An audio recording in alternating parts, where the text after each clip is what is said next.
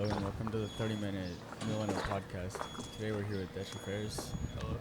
We're going to be talking about dirt bikes. So, how long have you been riding? Bikes, I would say for about a few years now, but I originally grew up racing four-wheelers actually.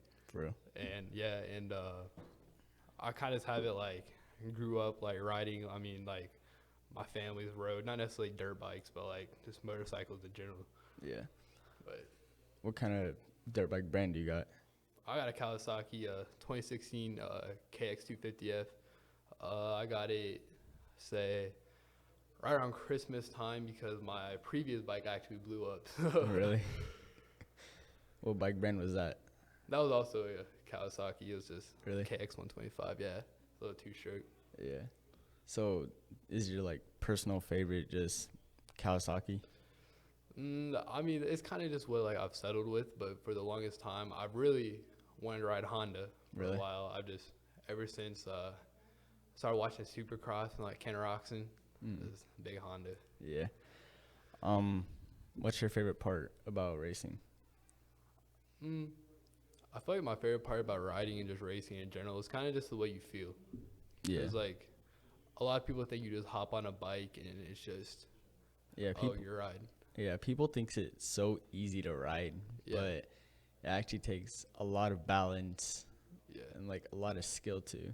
And in my opinion, riding is the closest you'll ever be to God because all you have is two wheels under you Yeah, and you got nothing around you. And heck, sometimes you're 30 feet in the air. yeah.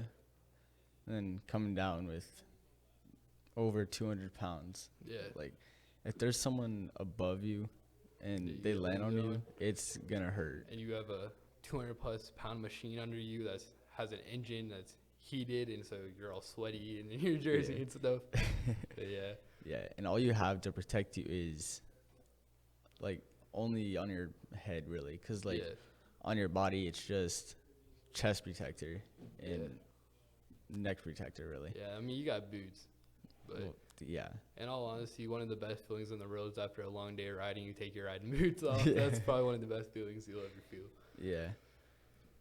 Where would you like? What's your dream place to ride for, or like where is it? If you want to be, I'll be completely honest. I want to be before I graduate, or I want to be a Loretta Lynn's qualifier. Really? Yeah, but Yeah, that's pretty hard to get into. yeah, I know, but I don't know. I feel like you work hard enough for it, you just show everyone wrong. Yeah. It's kind of just been my mindset for this whole thing. When did you start riding? Like, Like, how old were you? when I got my first actual dirt bike, I'm 16 now, so I was about 14 years old. It was a YZ250F, a Yamaha actually. Really? Yeah, it was like older carbureted one, but I didn't really race on it. We would go around on gravel, and we would just go town to town just on gravel, just gooning around. Really?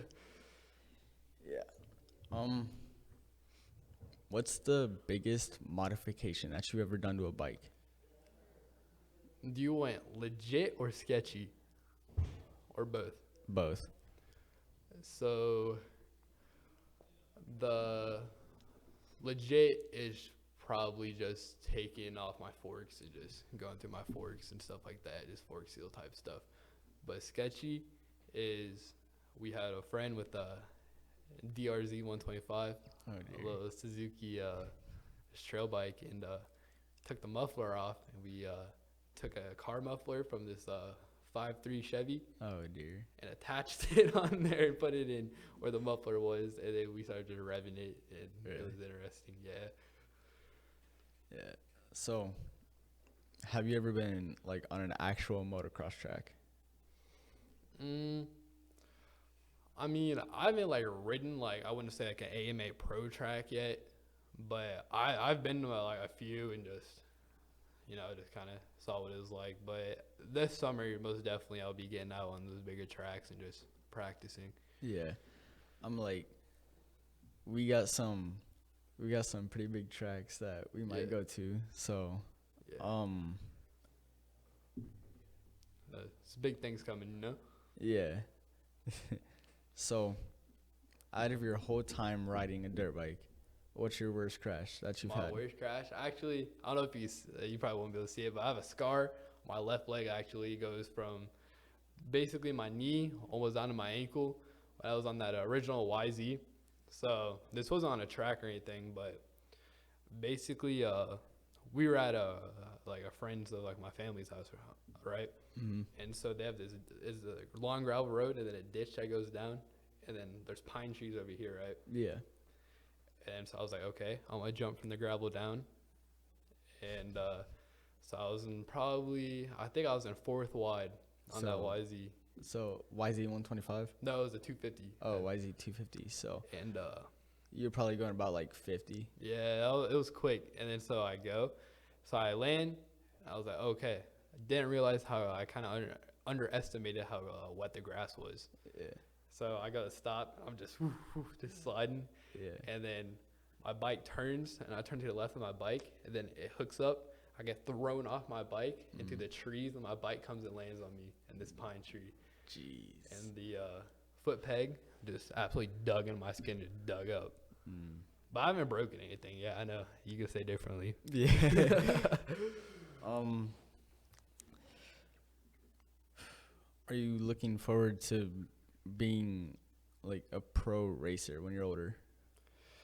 I mean, I don't necessarily know if I'm going to go pro. I'm going to work for it. I mean, that's like the pipe dream. Is what I wanted. And I'm just looking forward to racing in general. It doesn't really matter where or like it doesn't matter where I go with it. It doesn't matter how far I get as long as I get the opportunity to generally race people and I have the time and the experience and just go out and do my thing and then get a few first place medals, little plaques, just top of the podium, and I'll be happy. Yeah. How would you express yourself when you ride? Like freely, like It's how do you feel? you're free. Free. You're pretty much escape. I mean, you're in your own thoughts. I mean, you're sometimes going 80 plus miles an hour on a bike and you're up in the air. And the only thing you can really think is like, wow, I'm doing this. Like, Yeah. if I mess up the slightest bit, it could be, It could be my last ride. yeah, that's really all it is. It's just the freedom concept where you don't really have to worry about anything except for what you're doing in that moment, you know? So you ride, I ride. Who do you think would win? On a track. Like, not really that, but like, so going pro, Yeah. like Ken Roxon, Yeah. Marvin Muskin, Eli Yeah. Tomac. Who do you think will come out on number one for the championship? I mean, that's all hypothetical. I mean, there's really no answer to that. I can't really answer that. I mean, there's so many variables to it. I mean, doesn't matter pro or not. There's just so many variables of something that could go wrong, just a little mess up, and then you get taken on a berm or you scrub a little too hard, don't come back right, and that's pretty much an unanswerable question, you know. But Yeah. time will tell. Yeah. Who would you want to win though? Would I want to win? I mean, I want to win. I mean, that's just a mindset. I mean, I'm just determined to win. But So, what do you think would be the best modification for a Kawasaki 250? I mean, I really want to go Yoshi pipe with it, and there's like these graphics, but I think Yoshi or just any kind of exhaust will help.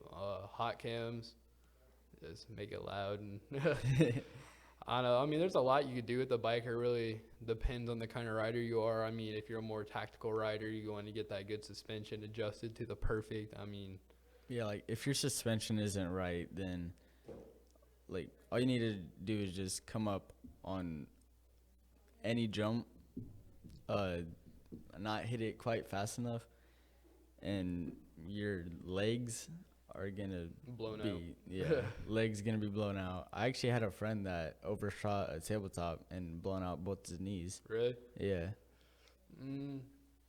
I have this. Speaking of that, so, do you want to hear a story of how I blew up my 125? Sure. So, I was at this track, right? I hit a double, come down a little too hard on the front forks, and there's Overshot or come up too short? overshot, and there's a corner after that double, and so I come, and then so I was gonna go down the first of the corner because it was a tight corner, right? I go to kick down the first, and I couldn't. I was stuck Like the bike wouldn't shift, or no, like? I was stuck in second, Oh dear. and then so I take that corner in second, and then there's the long straight after it, and so I'm just flying through my gears. I'm in fourth wide easily. There's another sharp corner. I go to kick down. I was in fourth wide on a sharp corner. I just go and the bike just bogged down. It was either I go off the track, I bust my stuff open and get like hurt or injured, or I just clutch and just let the bike bog down. So I let the bike bog down, and then so I get back to the pits and everything, and the bike was stuck in fifth. Really? Yeah, that was that KX 125 I blew up, and I have the bike I have now. Like, could you not shift it down, or like was it just stuck? It was stuck, wide open. stuck. And then like the bike wouldn't start. We finally kicked it open, and it was just wide. It just hitting. It was bad. So the throttle wasn't stuck? The throttle eventually got stuck. Oh. Shortly after, because we tried to see if that we could fix it once we got to the pits, and so I let one of my friends ride it, who's in all honesty probably a better rider than me. Yeah, he just had a lot more experience, and he was like, dude, I can't do it. Like, I couldn't even get around one lap on the track because the bike just kept like bogging out, or bogging out and just hiding the revs and just about to blow up because I made it the two strokes. So yeah, that's what they do. I'm like, two strokes are always high on RPMs. Yeah, and in all honesty, I would say I like two strokes more than four strokes. Yeah, I'm just not really that big of a four-stroke guy. Yeah, because you hit that power band, and that's just so fun. Yeah. I mean, the only downside of a two-stroke is you just have to mix the oil and gas, and I mean, that gets annoying, but... Yeah, it's a lot more money, though. And the sound... Yeah. It sounds so good. Yeah. Two strokes handle jumps more differently, handle corners more differently. It's nice coming out of a corner and just hitting the power band, just absolutely flying. Especially on, like... My two-stroke was 01. Really? So, yeah, a 20-plus-year-old bike absolutely just passing these newer KTMs or... Yeah. I don't know. It was pretty sick. Yeah. What would you say the best track condition is? Like dry, soft, really, really ground up? The best way to put it, I think, is say you're going to go ride on a Saturday, right? And it's like Wednesday, Thursday, get a little rain, and then come that Saturday, they till the track up nice. It's a little damp, but it's like not damp where you're sliding around everywhere. Yeah. It's easily the best condition. I mean, it's soft, you don't come down as hard, but also you have control of the bike. Yeah. What's the worst track condition? Worst? I don't like muddy tracks. Muddy? Personally, I just like it just gets annoying because either you're constantly spinning, it's hard to keep in control, and you hit a jump on a muddy track, it's just so much more harder than it was because it's either you're gonna lay the bike down, and then after you're drenched in mud, your bike's drenched in mud, you have to get a hose and just spray yourself down. Yeah. Especially after it's a long car ride back. Yeah. How bad have you been wanting to ride since the last time that you've ridden? In all honesty, the last time I really ridden on a track was actually the time I blew up that KX, and that was probably I think it was late October, and so I haven't really got any track practice because once I got this new bike, it was already snowing. So I got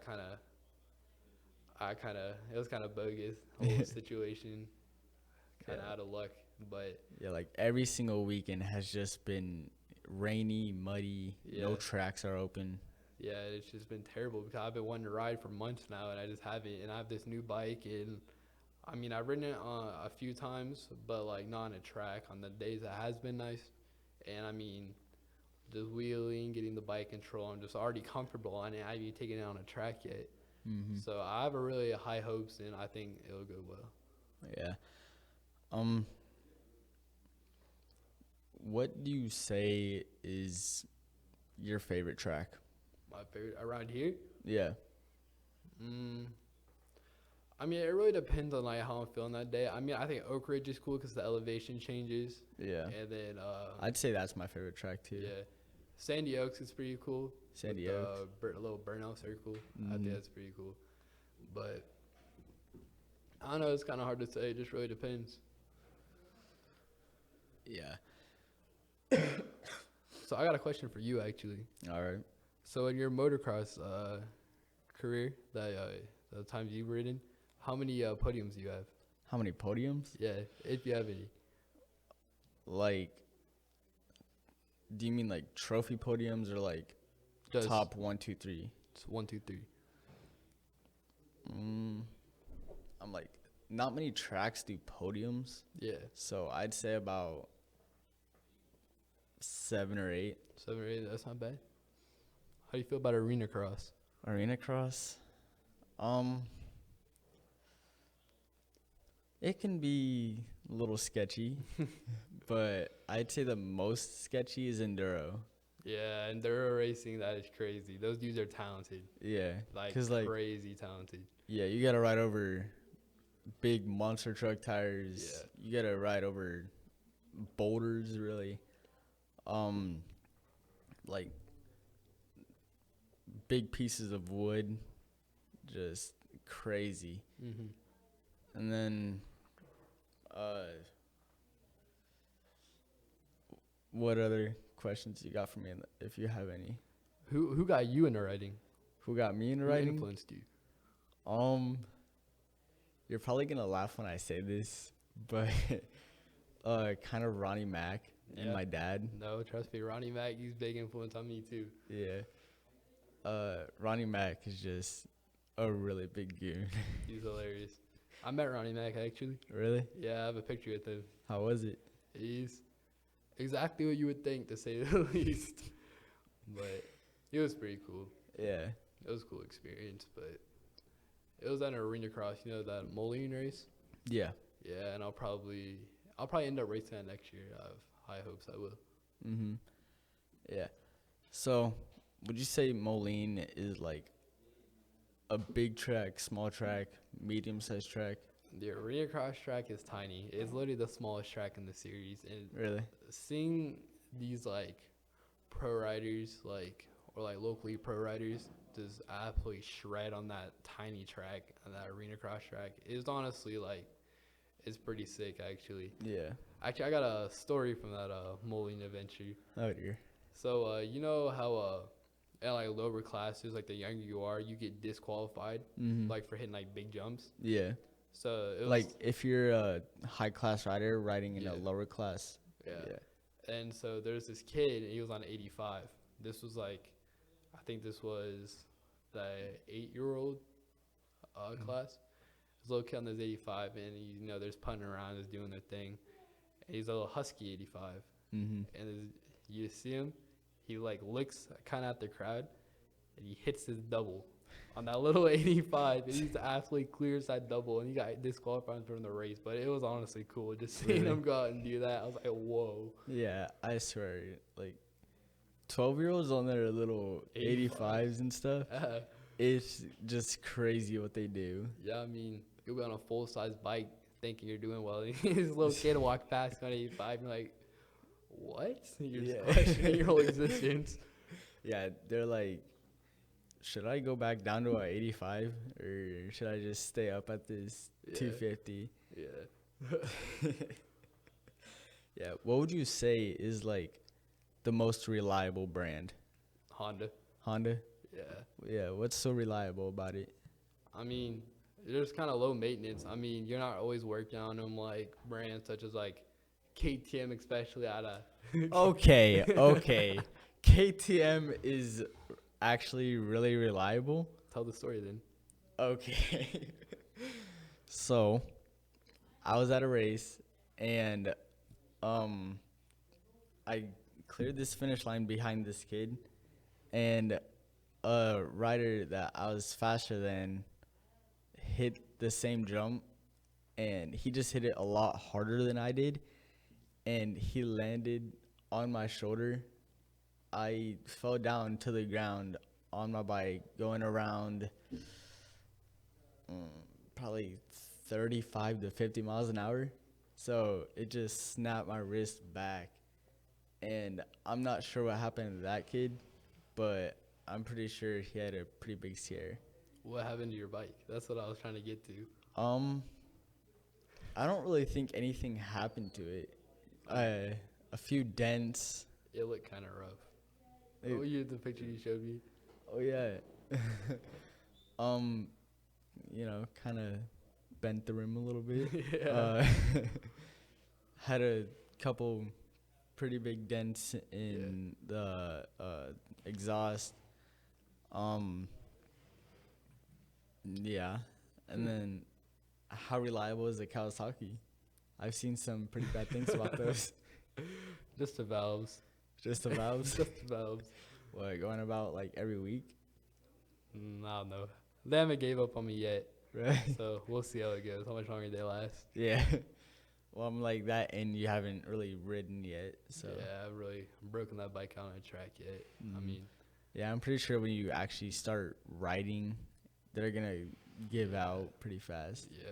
I mean, that's like any brand, though. I mean, the harder you ride, more aggressive you are, faster you are, more likely you are to just mess something up and have to put money into the bike. I mean, in all honesty, I don't come from like very much money and stuff, but motocross is an expensive sport. Yeah, I'd say it's the most expensive sport in the I world. mean, Cause like, you always gotta be buying new tires, new gear, new helmets.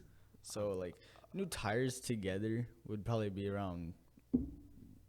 How much would you say? About like $500 I was looking at ones for my bike, and they were like $400 to $800. a piece, or like together? Well, together they're like 800 and a piece 400. I was like, that's crazy to me. And I mean, rubber's going up in price right now, Yeah. so who knows? But I mean, it's just so much more than that too. I mean, you have to buy the bike in the first place. That's like a few grand. Yeah, that's like the full bike. Like, if you get it from, I don't know, Pro Motorsport or whatever, Yeah, it's like they're about $8,000. yeah. And then Depending on the brand, I mean, you get a KTM. I mean, that's like 12 grand you're looking at right Yeah. there. Brand new KTM. That's crazy. yeah, like a 2022 KTM 250, Yeah. that's around 10,000. yeah, that's wild. And then like all the things that you put into the bike, and then once you sell it, it is so not what it's worth. Cause like then everybody's just like, you're selling it for way too much. They don't know what you put into the bike. Exactly. You got to think about gear too on top of the bike. I mean, like just your first set of motocross gear, you're looking at like $500 right there, Yeah. if not more. Helmet, neck protector, chest protector, gloves, boots, all that stuff is like easily $1,000. I mean, really the only way you can get around that anyways is just sponsorships. Yeah. But around here, it's kind of rough getting sponsorships. But I'm working on one right now through my uncle of getting a sponsorship. But For who? Like O'Neal? Who? FMF. FMF? Yeah. Yeah, I got a sponsorship for O'Neal. They give me 50% off of Really? everything. That'd be nice. I mean, you get those big sponsorships where you're getting like full bikes sent to you. That's kind of how you know you made it, you know? Yeah, that's pretty much like how all the pro riders are. Because, like, they're always getting new things for their bike. They get paid to ride. Yeah. Like, it's crazy. I mean, just imagine getting paid to ride doing what you love. Yeah. That'd be wild. That would be really, really fun. Just doing what you love and getting paid for it. Do you think you'll ever make it pro? I'm looking forward to it. Yeah. But by the rate I'm going at right now, like not really comfortable on a 250 yet. Um, I'd say I'd probably make it there about when I'm maybe late 19, maybe early 20s. Yeah. And like people claim motocross isn't as hard as it seems, but you have to realize that if you want to go pro to motocross, like you have to dedicate your whole life to that. Like Yeah, if like you you gotta take the risk. I mean, there's a lot of sports that are like that, but like I don't like really think people understand that when you're on a bike and you're going 40 plus miles an hour on a track and 30 plus feet in the air with a close to 300-pound machine in between your legs that's hot because the engine, and you have nothing. You literally have nothing around you. I mean, if you go down for real. And I mean, look at Cameron McAdoo. I mean, he's originally an Iowa boy. Yeah. But you see, like, some of his big falls. I mean, it's crazy how that dude can still ride, to be honest. Like the one at Daytona where his foot got stuck in his handlebars and then he got dazed. Yeah. Yeah, I was actually there for that. Really? Yeah, at That's Daytona. wild. Yeah. Who do you think, like, do you watch motocross, like, big time? Like, Supercross or motocross? Supercross. Yeah, I watch Supercross. Yeah. Who do you think has had the worst physical crash in the past 3 years? I mean, Cameron McAdoo's had, like, kind of known for his big falls. Didn't Roxon had a pretty big fall, didn't he? Yeah, where he broke both his wrists. Yeah, I'd say the Ken Roxon one was pretty bad. Mm-hmm.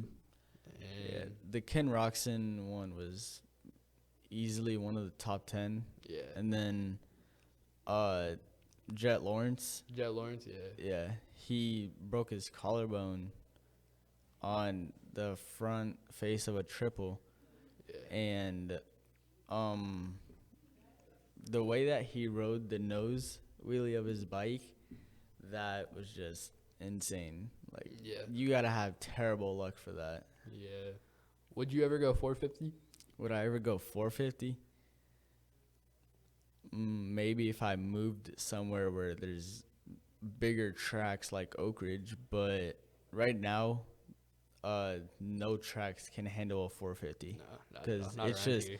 Yeah, it's just way too much power for Yeah. a small track. Like, maybe, do you know where Mineo's is? I believe I've heard of it. Yeah, it's in Florida. And that track might be good for 450. Yeah. But like Winterset, New Hartford, none of them tracks are suitable for a 450. Barely a 250. Yeah. So, actually, speaking on the Winterset situation, prayers out to that family, by the way. But, so me and Owen, we were going to race, actually, at this big event, the Iowa season opener. And the track actually got hit by a tornado. Yeah, track got absolutely demolished. So that track kind of got postponed, but we're running out of time. So, yeah, that's the end. All right. Well, See you thanks for next having time me. on the New London 30-minute podcast.